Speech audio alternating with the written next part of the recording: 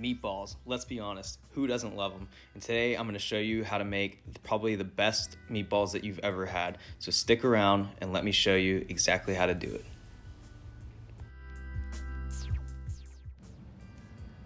Alright, so first things first, we're going to get started by making our sauce. So you're going to need a half a cup of carrots, a half a cup of celery, and a half a cup of onions. I'm using yellow onion, and you can use white or any type, sweet onions if you want. So what we're going to do first is just go ahead and peel the carrots, and then we'll cut those down into small pieces, and then we're going to do the same with the celery. We're just going to chop off both ends, as you saw I did there, and then I cut it into quarters and then just kind of chopped it up into little small pieces. Carrots, same thing right here, just taking off the ends after I've already peeled them.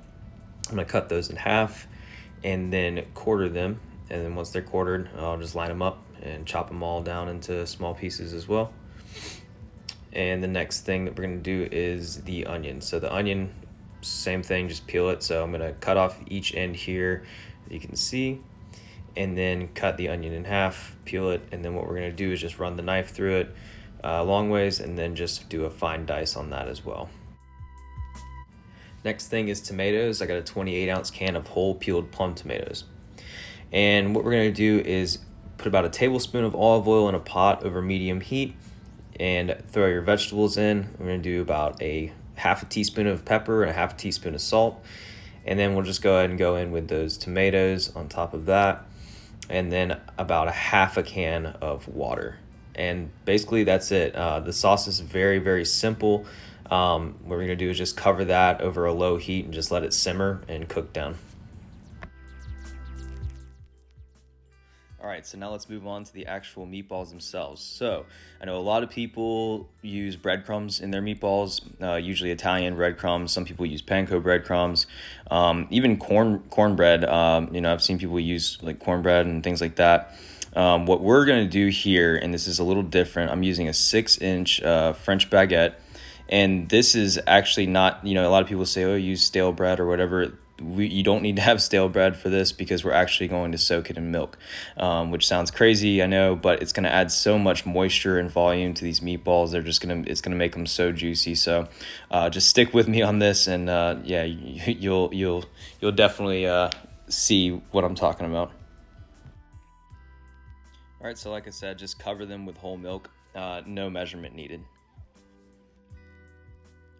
All right, so in a large mixing bowl, you're going to put 1 pound of 80-20 ground beef, 1 large whole egg, a teaspoon and a half of salt, and also a teaspoon and a half of black pepper. And we're also going to do a quarter of a cup of whole milk ricotta cheese. And the next thing is we're going to grate some pecorino romano. If you don't have pecorino romano, you could always substitute in Parmesan or any other type of hard cheese like that. And then we're also going to do 3 cloves of garlic grated as well. Oh, and the pecorino or the Parmesan is going to be a quarter cup. So a quarter cup of that and 3 garlic cloves.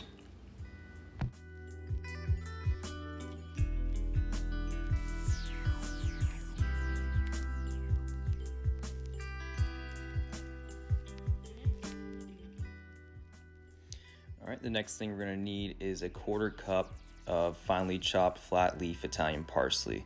You can see here what I'm going to do is just fold them over like this. One bunch of them, just fold them over and slice down all the way, and then just keep chopping, just running the knife through it until it's like a really, really fine chop.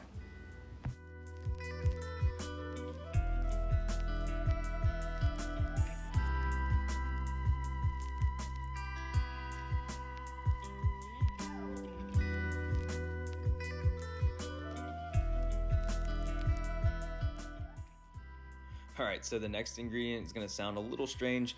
What it is zucchini. So we need a quarter cup of this. What I'm going to do here, as you can see, is I'm going to cut it into quarters and then peel the skin off of one of the quarters and then run it through the microplane.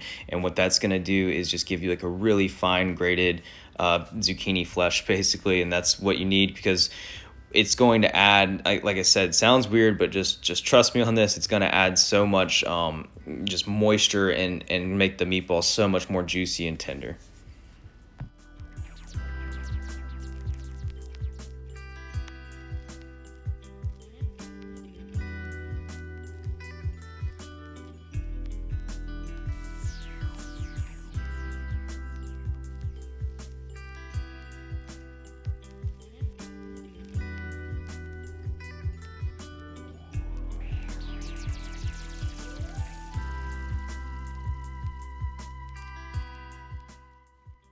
All right, so now that the bread has been soaking for about 15-20 minutes, so what we're gonna do here is just squeeze out any of the excess milk that is on the bread. You don't want to, obviously, you don't have to like get it bone dry. You want to have some of that milk because the natural sugars and everything that are in the milk, and the moisture from the milk are also gonna help make the meatballs extremely delicious. So once you've gotten that done, we'll just go ahead and add the bread into the bowl and just get in there with a clean hand and give it a really good mix, a thorough mix on that.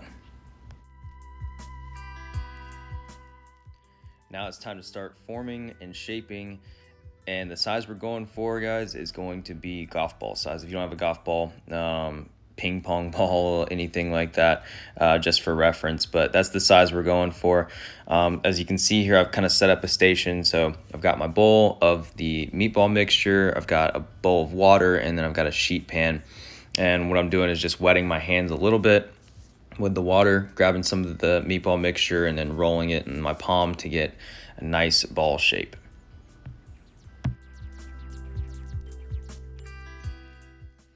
All right, so now it's time to get cooking in a heavy bottom pot. Fill it up about halfway with any type of neutral oil. I think I use canola oil here. We're gonna heat it up to 325 degrees. And then what we're gonna do is slowly and safely lower about 6 to 8 meatballs at a time into the oil. And these don't have to be cooked all the way through. What we're doing here basically is just getting a little bit of like a crispy crust on the outside. It's gonna lock in all of the juice and all the flavors of those meatballs. This is my favorite method or way to cook meatballs. I know a lot of people do it in the oven, but just trust me, if you go this route, I think that you'll see what I'm talking about, and I think you'll really enjoy it.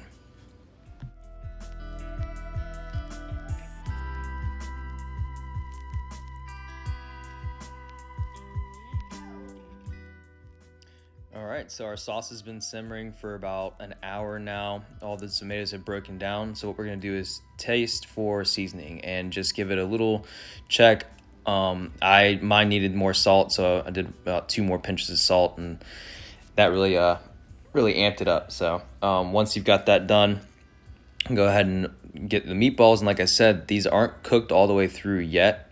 And so what we're gonna do is simmer them in the sauce for another 25 to 30 minutes. And honestly, you could let them go all day if you want. You could put them in a crock pot with the sauce and just let them go and kind of serve as you go. But that's it. I mean, these things are done, and you can serve these on top of pasta, which I know is traditional. I personally, though, I just like to serve them as meatballs and marinara. So it's just the sauce with some meatballs. I like to serve them in a bowl, and with maybe a slice of bread. Top them with a little bit of fresh basil and some pecorino romano, and you've got yourself a meal. So give this one a try, guys. I really think that you'll like it.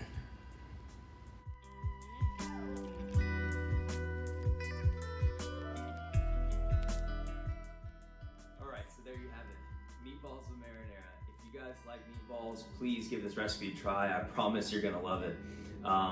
And I just want to say thank you guys so much. I know it's been a long time since I've posted. I really appreciate all the support that people are still giving the channel. A lot of new viewers, new subscribers, comments and likes. You guys just please continue to keep it going, and I'll do my best to continue and keep putting out videos for you guys. So I've got a few ideas lined up and a couple things in the works. So just stick around for more videos coming soon. Thank you so much.